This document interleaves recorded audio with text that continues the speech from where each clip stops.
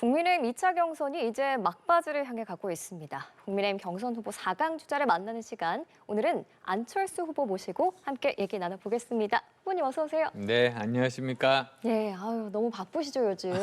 예. 지금도 사자 토론회 끝나고 바로 넘어오신 거잖아요. 네, 그렇습니다. 어떻게 토론회는 마무리가 잘 됐나요? 예, 그렇습니다. 그럼 지금까지 좀 토론회가 진행이 됐는데 평균적으로 점수를 내주신다면 몇 점 정도 주시겠어요? 제 점수요. 예. 저는 90점 주고 싶습니다. 평균 90점. 예. 자, 그럼 오늘 토론회에서 좀 가장 인상 깊었던 부분을 하나 꼽으라면 어떤 부분을 좀 꼽아주실까요? 제가 90점 이렇게 낸 이유가 예. 조금 아쉬운 부분은 있었습니다. 10점이 아쉬웠군요. 예. 왜 그러냐면 사실 그 트럼프 행정부가 들어서면서 굉장히 많은 정책이 바뀌었거든요. 예. 그 말은 트럼프 행정부가 끝나면 다시 또 많은 정책들이 바뀐다는 겁니다. 그래서 그런 부분들에 대해서 이렇게 설명하는 차에 그런 설명이 약간 부족하지 않았나.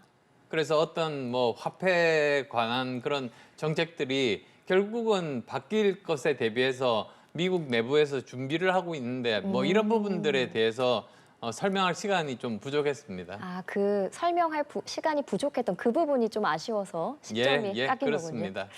자, 이제 2차 경선이 마무리가 됐습니다. 이제 내일이랑 모레 당원 투표를 거치게 되는데 최종 후보가 나오거나 최종 2인이 선출되잖아요. 자신 있으시겠죠? 저는 2인 안에 들 거로 자신합니다. 그럼 만약에 2명의 안에 올라간다면 안 후보 외에 다른 3명의 후보 중에 누가 올라올 거라고 예상을 하세요? 글쎄요. 저는 홍준표 후보가 가능성이 제일 높지 않나 생각합니다. 이유를 제가 여쭤봐도 될까요? 뭐 경험도 많고 또 여러 가지로 납득할 만한 그런 설명들을 많이 했습니다. 예. 그러면은 만약에 2명이 경선에 올라가게 된다면 안철수 후보 그리고 홍준표 후보 이렇게 꼽아주셨는데 이번 2차 경선에서는 1차 경선과 달리 당심 50%가 반영이 되잖아요. 예. 그 안 후보께서는 탄핵에 찬성하는 찬탄파로 분류가 맞습니다. 됩니다. 예. 그래서 윤 전 대통령을 지지하는 세력이 많은 당원 투표에서는 조금 불리할 수도 있지 않을까라는 전망이 나오고 있는데 이 부분에 대해서는 어떻게 생각하세요? 저는 그렇게 생각하지 않습니다. 예. 오히려 지금 현재 당원들의 분위기는 기왕에 이제 헌법재판소에서 판결이 났지 않습니까? 예. 그러면 이제부터는 목표는 어떻게 하면 이재명을 이길 수 있는가, 이길 수 있는 후보를 뽑는 겁니다. 그래서 저는 저같이 찬탄파이지만 이길 수 있는 후보인 저를 선택하실 거라고 생각합니다. 그러니까 당원들의 흐름이 바뀌고 있다 이렇게 보시는 건가요? 그렇습니다. 그럼 그간의 토론회들을 통해서 충분히 당원들을 내가 좀 설득했다 이렇게 생각하시나요? 저 나름대로 열심히 노력했습니다. 예, 알겠습니다. 자, 또 후보께서는 앞서서 다른 3인 후보들에게 그 윤 전 대통령의 계엄 그리고 탄핵에 대해서 사과를 요구하셨습니다. 예. 그렇지만 뭐 3인 후보들이 지금 아직까지는 특별한 입장이 나오고 있지는 않잖아요. 2대2죠. 그러니까 결국은 제가 아까 홍준표 대표 말씀을 드렸습니다만 예. 그분과 그리고 또 김문수 장관은 탄핵에 대해서 찬성하지 않고 있고 그다음에 이제 저하고 한동훈 전 대표 같은 경우에 이제 찬성하는 편이죠. 그래서 한 사람씩 이렇게 올라간다고 하면 저하고 홍준표 후보가 아닐까 이렇게 생각합니다. 그 앞서서 이 사과와 관련해서는 윤희숙 여의도 연구원장의 사과도 있었고 예. 또 이후에 당 지도부의 사과도 있었는데 그건 어떻게 들으셨어요? 예, 저는 그건 당연하다고 생각합니다. 사실 우리가 탄핵의 강을 건너야 됩니다. 그렇게 해서 국민들께 잘못한 점에 대해서는 사과를 하고 예. 그래야지 그 다음으로 넘어가고 이재명을 이길 수 있다 이렇게 생각합니다. 사과를 해야 그 다음 스텝이 가능하다라는 네. 말씀이시고 또 빼놓을 수 없는 주제가 한덕수 권한대행의 출마설 그리고 단일화 얘기거든요. 예. 좀 일부 언론에서는 30일 출마 가능성이 높다 이렇게 보도가 되고 있는데 안 후보께서 보시기에는 출마 가능성 어떻게 보세요? 잘은 모르겠습니다만 저는 출마 안 하시는 것이 예. 국익에 더 도움이 된다 이렇게 생각합니다. 그러니까 우리나라에서 대미 관계에 있어서 가장 전문가 아니십니까? 그래서 하루에 1%라도 이 관세율을 낮춘다면 그 액수는 어마어마할 겁니다. 예. 그래서 그런 일을 계속 하시고 그다음에 또 이 대선 경선 제대로 될 수 있도록 관리하시는 일이 정말로 시급한데 만약에 본인이 이제 정치로 들어오시겠다. 예. 그러면 그건 또 본인의 판단이니까 말릴 수는 없는 노릇이죠. 그래서 만약에 그렇다면 그러면 빅텐트로 함께 이렇게 힘을 모으자 그런 생각입니다. 그 한 후보가 한덕수 대행이 출마하는 거에 원칙적으로 반대하지만 예. 만약에 뭐 출마를 막을 수는 없으니 출마한다면 단일화 가능성은 열어놓겠다 이런 말씀이신가요? 네, 그렇습니다. 그러면은 그 명분은 좀 반 이재명이라고 보면 될까요? 네, 그렇습니다. 예, 알겠습니다. 그러면은 궁금한 게 한대행이 만약에 출마를 해서 단일화를 하게 된다면 효과가 있을까요? 어느 정도 될까요? 그 효과가? 저는 효과 있을 거라고 봅니다. 단 한 표라도 중도표를 끌어오는 쪽이 훨씬 더 유리합니다.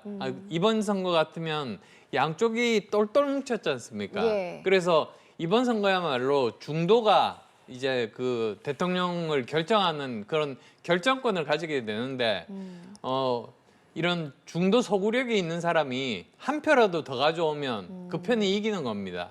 그리고 저는 그 한덕수 대행 같으면 워낙에 이제 이미지도 보면 아시겠지만 중도 소구력이 있는 분이니까 네. 도움이 되실 거라고 생각합니다. 예.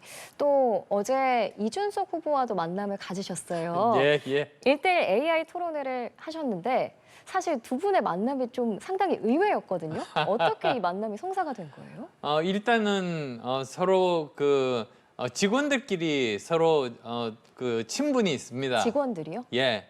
그 직원들끼리 친분이 있는데 서로 이야기하다가 지금 너무 정치적으로만 싸우고 이런 모습들을 좀 탈피하는 것이 좋지 않을까. 네. 젊은 정치인들이 아무래도 정책이라든지 또는 미래에 대해서 토론하는 것이 그런 것이 바람직하겠다. 그러면 우리부터 먼저 시작해보자. 거기서 시작된 겁니다.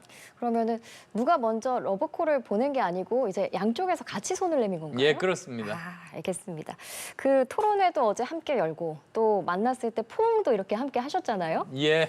그러면은 이제 좀 상대에 대한 그런 정치적인 뭐 앙금은 좀 남아있지 않다 이렇게 봐도 될까요? 사실 저는 앙금이 처음부터 없었습니다. 처음부터 없으셨어요? 예, 예. 그러면은 향후에 이준석 후보와 뭐 단일화나 정책 연대 가능성 이것도 좀 열려 있다 이렇게 봐도 될까요? 만약에 그런 경우가 생긴다면 아마도 제가 제일 그런 일에 앞장서서 이렇게 설득할 수 있는 상대가 될 수 있겠죠. 그럼 이준석 후보와는 좀 정책적인 면에서 결을 같이 하는 그런 부분들이 혹시 있으신가요? 신기술이 예. 결국은 우리나라를 먹여 살린다. AI 3대 강국이 되어야지 결국은 우리나라가 경제도 발전하고 다른 나라에 뒤처지지 않고 계속 발전할 수 있다. 이런 생각은 같습니다. 예, 알겠습니다. 또 이 팀 오브 라이벌스를 주장하셨어요. 예. 이게 집권시 경선 후보들의 경쟁력을 살린 정부를 함께 꾸리겠다는 구상이신 건데 그렇습니다. 이건 어떻게 하다 이런 구상이 나오셨는지도 궁금하고 또 어떤 후보를 어떤 자리에 앉히실지 구상이 돼 있는지도 궁금하거든요. 예, 뭐 많은 분들이 아실 텐데요. 링컨 대통령이 치열하게 경선을 했습니다. 근데 경선하고 나서 그 상대들을 적절한 장관 자리에 또는 고위공직자에 앉힌 겁니다.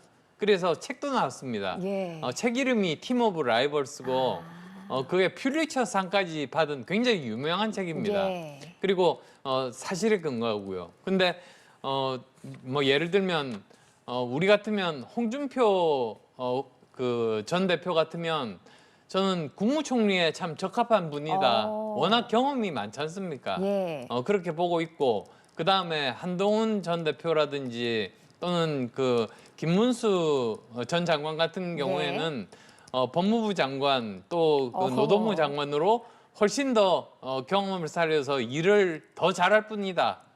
옛날보다 훨씬 더 발전된 그런 정책들을 펼칠 수 있다 이렇게 생각합니다. 그럼 한동훈 후보랑 김문수 후보 같은 경우는 원래 했던 그 장관 자리에 다시 앉히실 구상을 하고 계신 거예요? 예, 그렇습니다. 자, 벌써 구상이 이렇게 다 돼 있으시고요. 만약에 대통령이 된다면 내가 이것만은 꼭 이루고 싶다 하는 정책 한 가지를 꼽으면 어떤 게 있을까요? 저는 인공지능입니다. 아, 인공지능 3대 강국에 들어가는 게 정말로 만만치 않습니다. 다른 나라들이 열심히 쫓아오고 있거든요. 예. 그런데 우리나라는 하드웨어, 소프트웨어, 인재, 컨텐츠 다 부족합니다. 그래도 지금 그래도 6위를 유지하고 있습니다. 예. 근데 이제 6위로만 있다가는 오히려 더 뒤처질 겁니다. 그래서 3위로는 최소한 올라가야 그래도 우리나라의 미래가 있다 이렇게 생각하고 있습니다. 그럼 인공지능 3대 강국에 들어가기 위해서 저희가 필수적으로 해야 하는 게 뭔가요? 네 가지 다죠. 그러니까 하드웨어 쪽도 강화를 해야 됩니다. 근데 다행히 우리나라에 패밀리스라고 해서 AI 칩을 만드는 그런 회사들이 많고요. 예. 소프트웨어 잘 돼 있고 그다음에 인재를 키우는 곳을 학교들을 사실은 더 만들어야 됩니다. 그다음에 이제 컨텐츠 중에서도 현대 컨텐츠도 있지만 그 조선시대 이전에 한자로 돼서 아직 번역이 안 된 컨텐츠가 많습니다. 그런 것들을 다 번역해서 현대 컨텐츠로 만들면 우리나라 그 인공지능 그 능력이 굉장히 크게 향상될 겁니다. 예, 알겠습니다. AI 인공지능 3대 강국을 꿈꾸시는 안철수 후보. 마지막으로 이 국민의힘 대선 최종 후보. 왜 나 안철수여야 하는가? 출마 의견 들어보겠습니다. 예, 지금 사실 국민 60% 정도 이상이 지금 현재 탄핵에 찬성을 하고 있습니다. 그래서 탄핵에 반대하는 두 후보는 당선될 수가 없습니다. 그다음에 또 한동훈 후보 같은 경우도 바로 직전에 그 정치 경험이 적은 검사 출신의 대통령이 3년 만에 실패를 하셨지 않습니까? 근데 우리나라는 항상 그전 대통령과 다른 타입의 대통령을 뽑다 보니까 예. 연속해서 이런 그 검사 대통령 그리고 정치 경험이 부족한 대통령을 뽑기는 힘들다. 뽑힐 확률은 거의 0%에 가깝다. 이렇게 생각합니다. 예, 알겠습니다. 국민의힘 대선 경선 후보 오늘은 안철수 후보 모시고 얘기 나눠봤습니다. 오늘 말씀 잘 들었습니다. 네, 감사합니다.